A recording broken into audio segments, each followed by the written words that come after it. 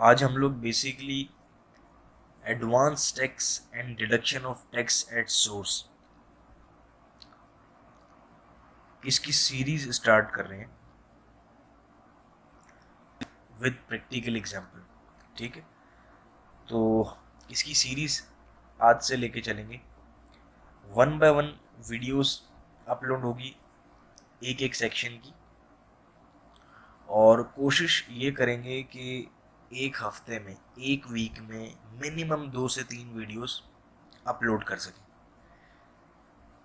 अच्छा, तो सबसे पहले इंट्रोडक्शन देना चाहेंगे इस चैप्टर का आपके साथ कि advance tax and deduction of tax at source होता क्या है और इसमें कौन से सेक्शंस हैं, उन सेक्शंस के नाम क्या है। उसके बाद फिर एक सेक्शन स्टार्ट करेंगे और हर सेक्शन को प्रैक्टिकल एग्जाम्पल के साथ आपके साथ लेके चलेंगे ताकि आप की जो अंडरस्टैंडिंग है वो प्रॉपर हो सके। अस्सलाम वालेकुम गाइस। अच्छा, deduction of tax at source आज ये हमारा टॉपिक है। ठीक है, ये हम सीरीज लेके चल रहे हैं जैसे कि इंट्रोडक्शन में आपके साथ शेयर किया। अच्छा, स्टार्ट करते हैं। हमारे पास इनकम टैक्स ऑर्डिनेंस में चैप्टर 10 है, पार्ट 5 है, डिवीजन 3 है, और डिवीजन 3 में deduction of tax at source.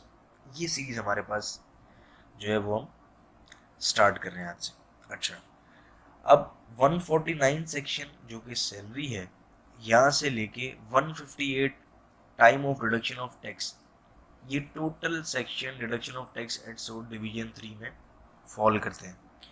In section को 1 बाय 1 लेके चलेंगे। पहले आपके साथ डिस्कस करते हैं। 149 में deduction of tax at source salary है, 150 में डिविडेंड्स है, 150 ए में रिटर्न ऑन इन्वेस्टमेंट सुकूस में जो डिडक्शन है वो, 151 में प्रॉफिट ऑन डेट पे जो डिडक्शन है, अगर पेमेंट कर रहे हैं नॉन रेजिडेंट को तो 152 में फॉल कर रहा है। 152 ए में payment from foreign produced commercial. 1 by 1 करके डिस्कस करेंगे आपके साथ। अभी सिर्फ आपको गो थ्रू करवा रहे हैं कि सेक्शंस के नाम क्या है और कौन कौन से सेक्शन है इस चैप्टर में। 153 payment for goods services and contracts, 153 omitted है। 153 B payment of royalty to resident person, 154 में एक्सपोर्ट्स है, 155 में इनकम फ्रॉम प्रॉपर्टी, 156 में प्राइज एंड विनिंग्स, 156 में पेट्रोलियम प्रोडक्ट, 156 बी में develop balance under pension fund, 157 omitted है, और 158 time of production of tax. अच्छा, आज 149 सेक्शन 149 सैलरी को डिस्कस करेंगे विद प्रैक्टिकल एग्जांपल। अच्छा, बेसिकली सबसे पहले तो आप ये जो है आपको नॉलेज होनी चाहिए कि tax at source, deduction of tax at source, इसका क्या मतलब है। एडवांस, हमारा chapter basically advance tax and deduction of tax at source है। अच्छा, अब ये एडवांस टैक्स और deduction of tax at source ये है क्या, इसका फ्लो किस तरह से चल रहा है, एफबीआर हमसे टैक्स किस तरह से कलेक्ट कर रहा है। अच्छा, छोटा सा मैं आपके साथ इंट्रो शेयर करना चाहूँगा इसका। देखें, लेट्स एज्यूम करें कि आपने साल में ये इनकम, टोटल इनकम आपने अर्न की। ठीक है। अच्छा, एक कॉन्सेप्ट है एडवांस टैक्स का, एक कॉन्सेप्ट है डिडक्शन एट सोर्स, डिडक्शन या कलेक्शन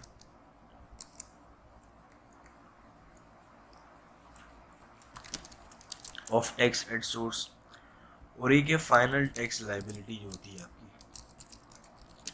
जो विद रिटर्न ऑफ इनकम के जमा कराते हैं। ये 3 कैटेगरीज बना दी एफबीआर ने। अच्छा, अब है क्या, बेसिकली आपने ये इनकम एज्यूम करें कि तोड़ तोड़ के मंथ वाइज आपने ये इनकम अपनी अर्न की। तो सबसे पहले तो एफबीआर ने क्या किया, अपने कैश फ्लो को मेंटेन करने के लिए उसने पार्ट के ऊपर, डिफरेंट डिफरेंट पार्ट के ऊपर डिडक्शन या कलेक्शन के लिए टैक्स अपने विदहोल्डिंग एजेंट जो है वो बना दिए। अच्छा, अब विदहोल्डिंग एजेंट क्या करते हैं कि फॉर एग्जांपल, अगर आप, हम क्योंकि सैलरी को डिस्कस कर रहे हैं सेक्शन में, तो सैलरी से एग्जांपल कोट करते हैं ताकि अंडरस्टैंडिंग में आपकी आसानी हो। अगर सैलरी, आप किसी एम्प्लॉयर के पास जाएंगे और वो आपको सैलरी पे करेगा, तो एम्प्लॉयर उस केस में विदहोल्डिंग एजेंट है। वो क्या करेगा, अगर वो आपको सैलरी आपकी टैक्स नेट में फॉल करती है, तो वो पहले तो टैक्स काटेगा, आपकी सैलरी पर डिडक्ट करेगा, उसके बाद आपको नेट सैलरी जो है आफ्टर टैक्स वो पे करेगा। और फिर वो जो आपका पैसा उसने विदहेल्ड किए, जो टैक्स विदहेल्ड किया आपके एम्प्लॉयर ने, वो एफबीआर को आपके बिहाफ पर जमा करा देगा। ठीक है। अच्छा, एक एडवांस टैक्स की कैटेगरी में फॉल करता है, जो कि एफबीआर आपसे एडवांस के तौर पर रिसीव कर लेता है। वो अलग सेक्शन है, वो आपके साथ फर्दर इसके ऊपर सीरीज लेके चलेंगे, उसमें डिस्कस करेंगे। दूसरा, डिडक्शन और कलेक्शन टैक्स एट सोर्स पे कलेक्ट या डिडक्ट करता है। ये बेसिकली ये भी एडवांस टैक्स है, एडवांस टैक्स रिसीव कर रहा है एफबीआर आपसे। तो हमारा चैप्टर ये टॉपिक ये, ठीक है। उसके बाद फाइनल। अच्छा, अब आपने क्या किया, मिसाल के तौर पर 10 लाख रुपए की आपने सालाना इनकम कमाई।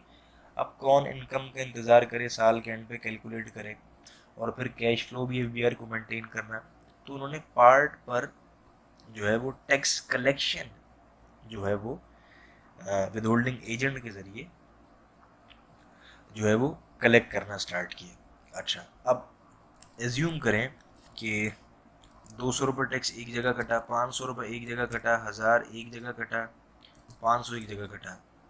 आपने अपनी लाइबिलिटी कैलकुलेट की, टैक्स लाइबिलिटी, ठीक है। आपने अपनी टैक्स लाइबिलिटी कैलकुलेट की, ये तो डिडक्शन एट सोर्स पे टैक्स कट गया। आपने अपनी फाइनल लाइबिलिटी कैलकुलेट की ईयर एंड में, ठीक है। फाइनल टैक्स लाइबिलिटी अपने इनकम के ऊपर कैलकुलेट की ईयर एंड के ऊपर, वो बनी फॉर एग्जांपल 3000 रुपये, ठीक है। अब होगा क्या, आप 2200 रुपये ऑलरेडी डिडक्ट करवा चुके हैं, ठीक है।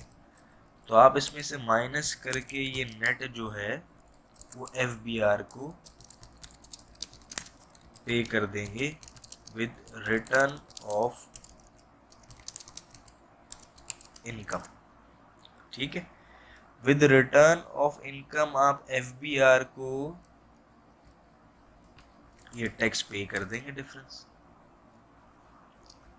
इसी तरह एक और सीन क्रिएट करते हैं, या एक एग्जांपल कोट करते हैं। आपने टैक्स आपका बना 2000 रुपये, आपने पे कर दिया 2200 रुपये। अब क्या होगा, अब 200 रुपये एफबीआर आपको रिफंड कर देगा।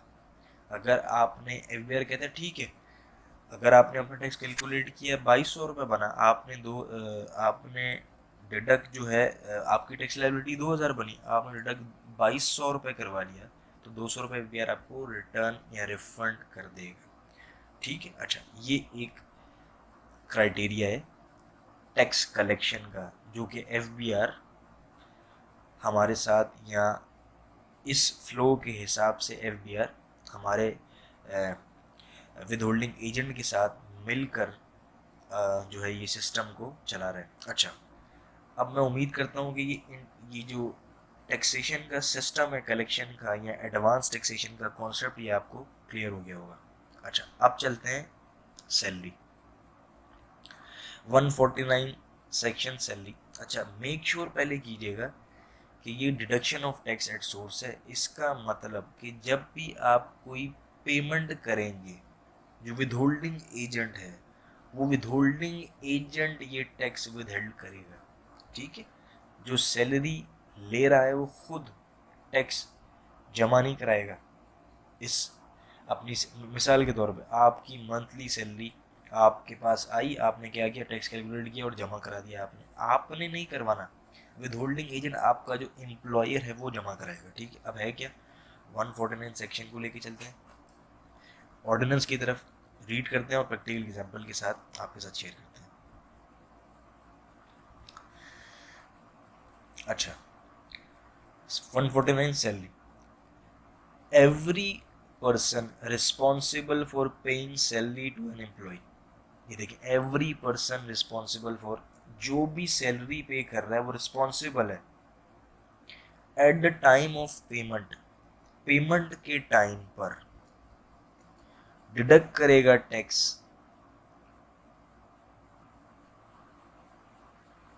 From the amount paid at the employee's average rate of tax compared with the rate specified in division 1 of part 1 of the first schedule। ठीक है, अच्छा, division 1 part 1 of the first schedule में rates given है, वहां पर आपको लेके चलेंगे। पहले अंडरस्टैंडिंग कर लें, सेक्शन हम रीड कर लें, उसके बाद वहां मूव करते हैं। अच्छा, on the estimated income of the employ chargeable under the head salary for the tax in which the payment is made after making adjustment of tax withheld from employee under other heads and tax credit invisible under section 61, 62, 63 and 64 during the tax year after obtaining documentary evidence as may be necessary। अच्छा, है क्या, देखें आपने क्या करना है। अगर आप, अब एम्प्लॉयर पर्सपेक्टिव से मैं आपके साथ जो है वो मुखातिब हूँ, आप हैं एम्प्लॉयर, आपने अपने एम्प्लॉई को सैलरी पे करना है, तो आप क्या करेंगे, सबसे पहले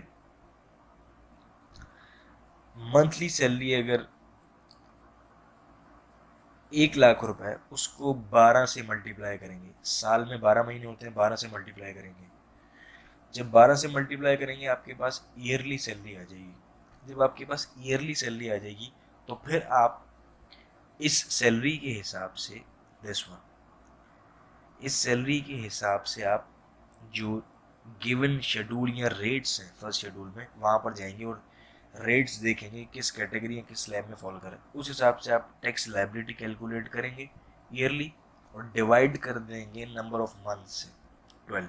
तो आपके पास मंथली लायबिलिटी आ जाएगी, मंथली टैक्स आ जाएगा, उसको माइनस करके आप पेमेंट जो है वो करेंगे अपने एम्प्लॉय को।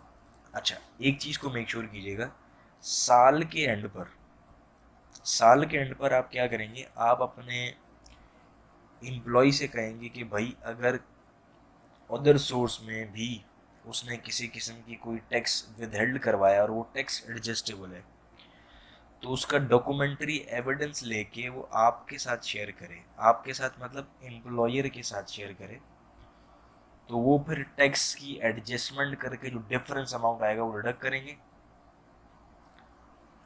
ठीक, इस चीज़ को मेक श्योर कीजिएगा। और अगर कोई टैक्स क्रेडिट है 61, 62 एंड 63 और 64 के अगेंस्ट, तो उसकी भी एडजस्टमेंट आप डॉक्यूमेंट्री एविडेंस के थ्रू दें, तो आपका एम्प्लॉयर डॉक्यूमेंट्री एविडेंस को रिसीव करते हुए इसकी एडजस्टमेंट के हिसाब से फाइनल टैक्स जो ईयर एंड के ऊपर कैलकुलेट करेगा वो इस हिसाब से किया जाएगा। अगर आप डॉक्यूमेंट एविडेंस नहीं देते और आपके कोई और ऐसे अदर सोर्स या टैक्स डिडक्शंस नहीं हुई, तो फिर सिंपल वो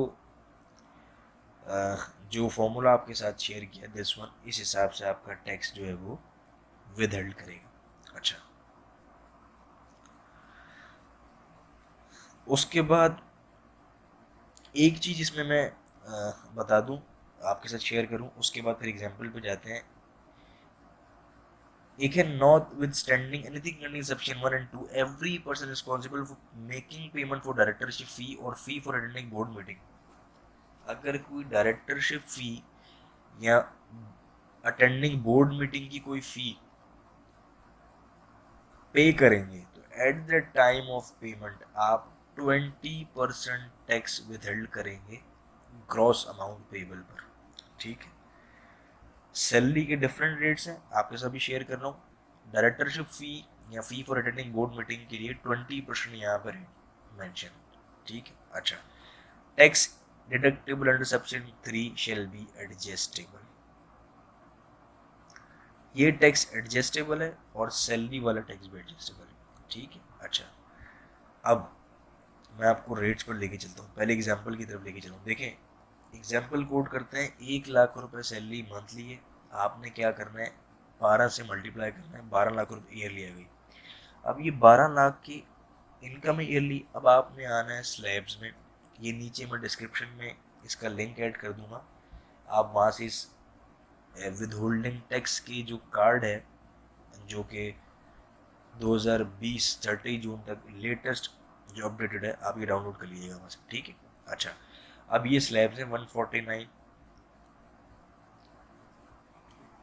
सैलरी के। अच्छा, पहले हम फर्स्ट स्लैब में देखें, where taxable income does not exceed 6,600,000। तो यहाँ पर तो हमारा स्लैब फॉल नहीं कर रहा, 6 लाख तक तो इनकम ही एग्जेम्प्ट है। तो हम क्या करेंगे, on 600,000 zero tax, no tax, कोई टैक्स नहीं है। अच्छा, उसके बाद वापस आए स्लैब में, where the taxable income exceeds 600,000 but does not exceed rupees 1200,000। अब ये कह रहे हैं कि देखिए, अगर आपकी इनकम 6 लाख से एक्सीड कर रही है और 12 लाख तक है, तो 5% of the amount exceeding 6 lakh, 6 lakh से जो एक्सेस इनकम है उसके ऊपर 5% टैक्स आप जो है वो डिडक्ट करेंगे।